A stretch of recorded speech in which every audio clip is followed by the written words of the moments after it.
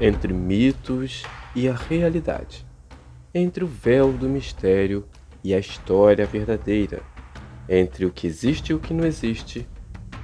As ordens rosacrucianas continuaram se perpetuando. No último vídeo nós mostramos como, desde a história dos Cavaleiros da Ordem do Tozão de Ouro e da Ordem de São João Evangelista, essas ordens vieram se desenvolvendo, se amalgamando, trocando conhecimentos e formando novos grupos a fim de inspirar a todos os seres humanos o ideal espiritual, um ideal superior, a fim de construir seres humanos melhores, mais voltados para a construção de um grande templo de uma nova humanidade. A Rosa Cruz Essencial existe desde que há seres humanos sobre a Terra, afirmou Paul Sedier.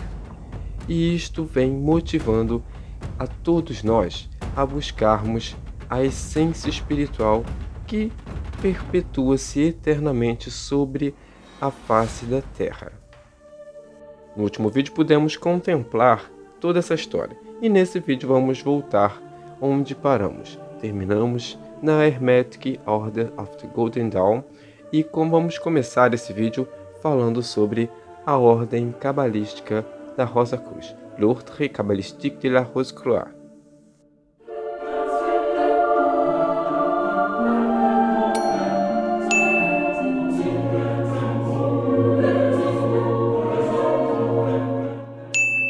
No ano de 1884, com o afastamento total de alguns membros da Sociedade Teosófica na França, os abade Alta, o abade Rocá e o abade Lacúria, esse último, que era um herdeiro de Eliphas Levi, passa a Adrien Peladin e Josephin Peladin e Stanislas de Gaitá a sua herança para formar uma ordem Rosa Cruz Templária, que era baseada na Sociedade Rosacruciana em Anglia, pois o abade Alta era iniciado na Societas Rosacruciana em Anglia, e Papus, como nós sabemos, era iniciado na l'Ordre de las Rose-Croix, era um dos seus representantes para a França.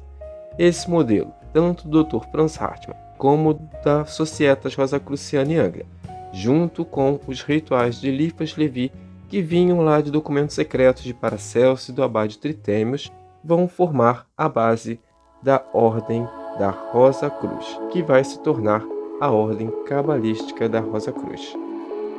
Somemos a isso a herança que Barlet, F.C.H. Barlet, Frère Chevalier Barlet, trará para somar a essa ordem.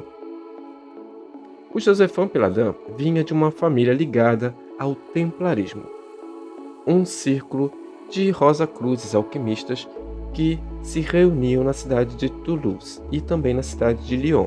A ordem cabalística da Rosa Cruz inicialmente funcionou junto à ordem dos superiores desconhecidos de Papus, desde o ano de 1884.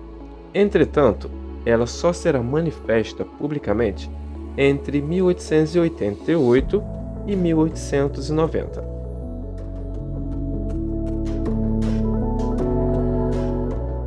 Percebamos que, em 1888, surgirão várias fraternidades específicas de rosacrucianismo, porque elas tentam seguir um ciclo de 111 anos que começou na Golden Rosenkreuz em 1777. Assim, surgirá a Ordem dos Rosacruzes do Dr. Franz Hartmann na Alemanha, a Ordem Hermética da Aurora Dourada na Inglaterra e a Ordem Cabalística da Rosa Cruz na França. E dentro da Sociedade Teosófica surgirá a Seção Esotérica, todas essas 4 organizações no ano de 1888.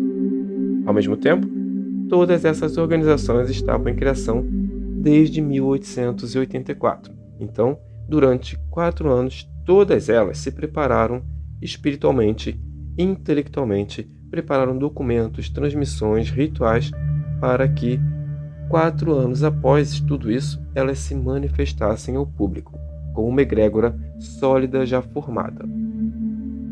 O chefe da ordem cabalística da Rosa Cruz é chamado grão-mestre. Inicialmente eram 3 graus, depois estruturam os graus em 9.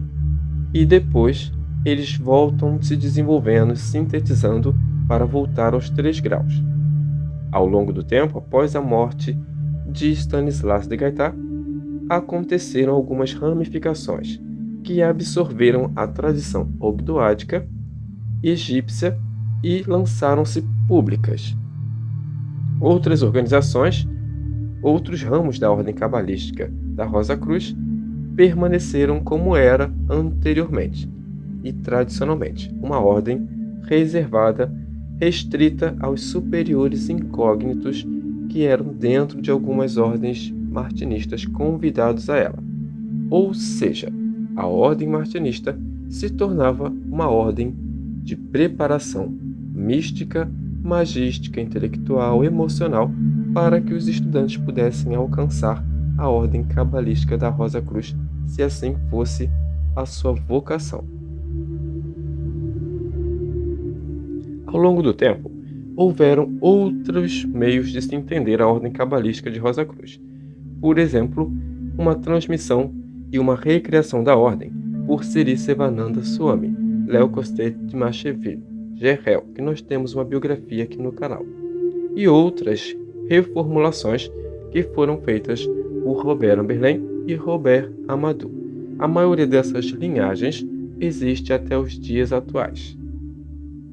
A principal proposta da ordem era criar um núcleo de verdadeiros adeptos que se dedicassem à transmissão espiritual da essência trazida por Elias, o artista, para reformar espiritualmente a humanidade e transmitir assim, através desse colégio de adeptos que sacrificavam sua vida através de rituais diários, semanais, quinzenais, mensais, trimestrais, de acordo com datas específicas, de acordo com a lua, de acordo com momentos específicos astrológicos, eles pudessem trazer seres positivos, criativos, egrégoras, inteligências arcangélicas ou, em outras palavras, invocar anjos da Cabalá para regenerar o templo da humanidade, como cavaleiros templários, só que de uma forma espiritual e cabalística.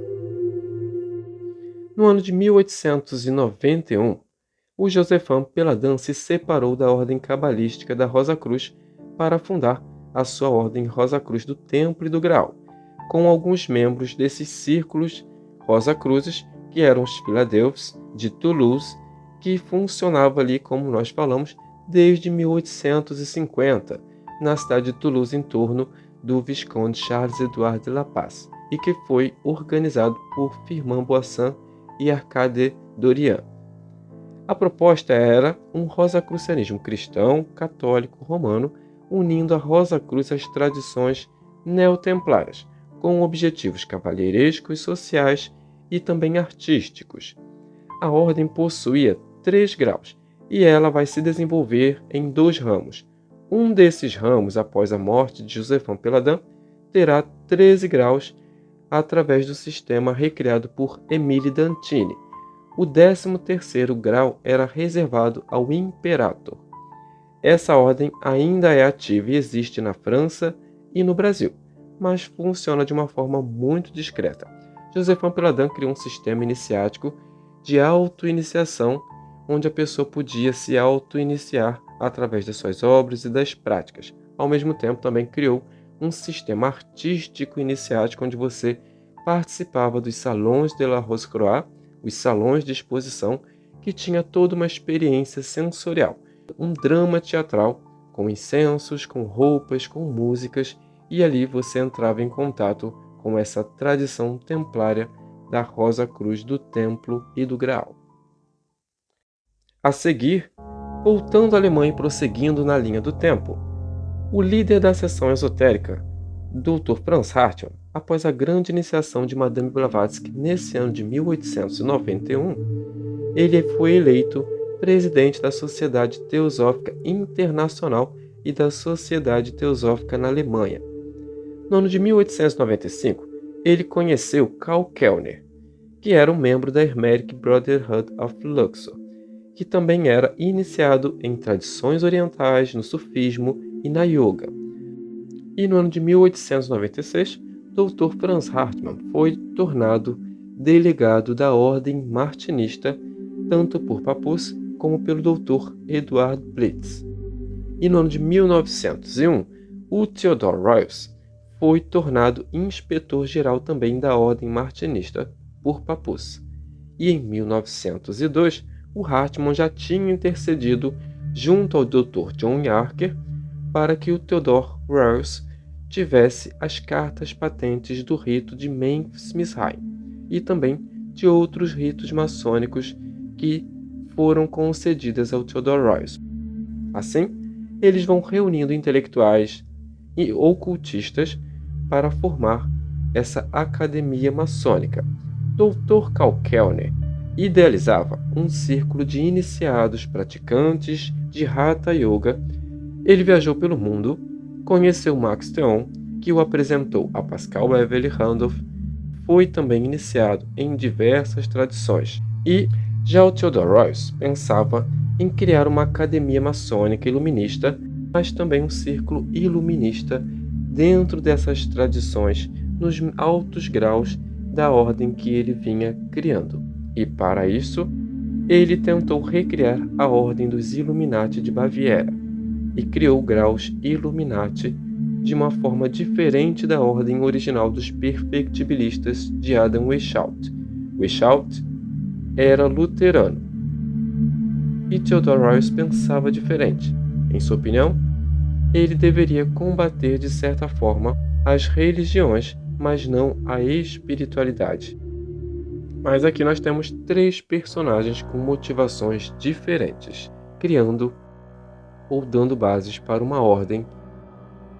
E no ano de 1905, Karl Kellner falece e Theodor Royce fica sozinho em seu projeto e vai se unindo gradativamente à filosofia de Telemann de Aleister Crowley. Praticamente é no ano de 1906 que a Constituição da Ordo Templis Orientis é publicada. Esse deveria ser o seu registro oficial de nascimento, após a morte do Dr. Karl Kellner e no ano em que o Dr. Franz Hartmann já está se afastando, deixando assim Theodor Royce o único responsável pela criação da Ordo Templi Oriente.